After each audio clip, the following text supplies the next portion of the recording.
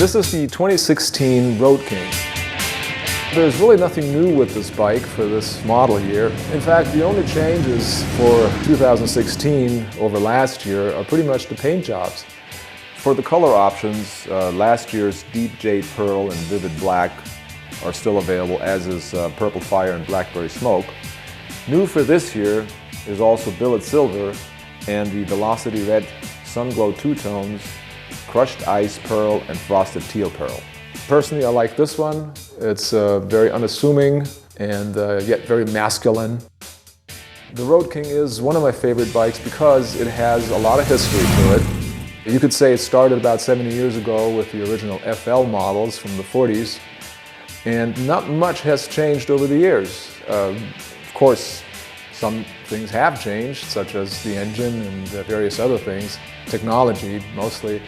But the basic principle is still there. It's a bike, it's got a windshield, and it's got little else. This is what you have with the Road King right here. It does benefit from a 103 high output twin cam motor, which makes it haul ass on the road.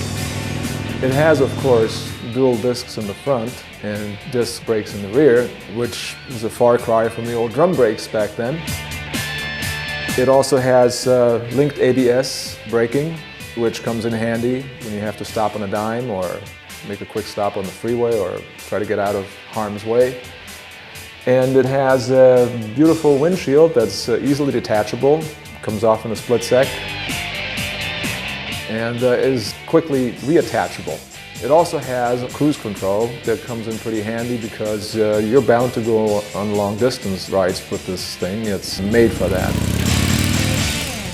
The reason that it handles so nicely is because of the low center of gravity that it has and the weight to power ratio.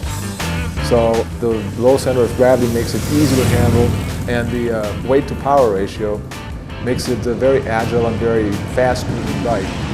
But in general, this is still the same principle as from 70-some years ago, where this bike is meant to be ridden for long distance. It goes the distance.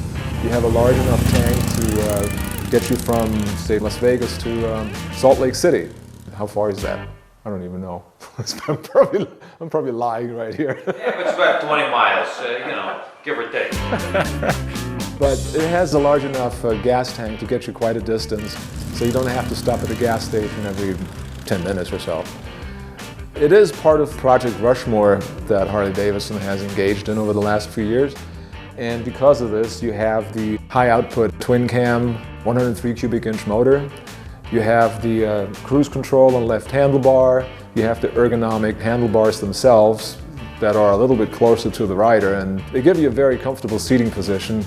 You also have the hard bags with the one-touch latch that you can open from right by the frame here, so that when you're riding you can actually open them up if you need something. I wouldn't recommend that, but it can be done.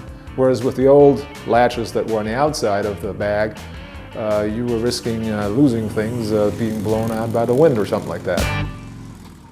So Harley-Davidson has put a lot of thought into this bike, and the reason I like it in particular is because it really goes back to the basics. This is just pure riding joy, and that's what this bike is all about. You don't listen to the radio, you don't get involved in iPod, iPad, any of this stuff. But because this bike comes with the minimum equipment, Harley-Davidson has provided plenty of aftermarket parts for it, such as you can add a tour pack, you can actually add a chopped pack for a sleeker look, you can also get a backrest for it. Either item snaps on really quick in the struts. You can get different windshields, you can get all sorts of things, but they're items that will make the ride more comfortable for you, that will make the ride your ride, basically.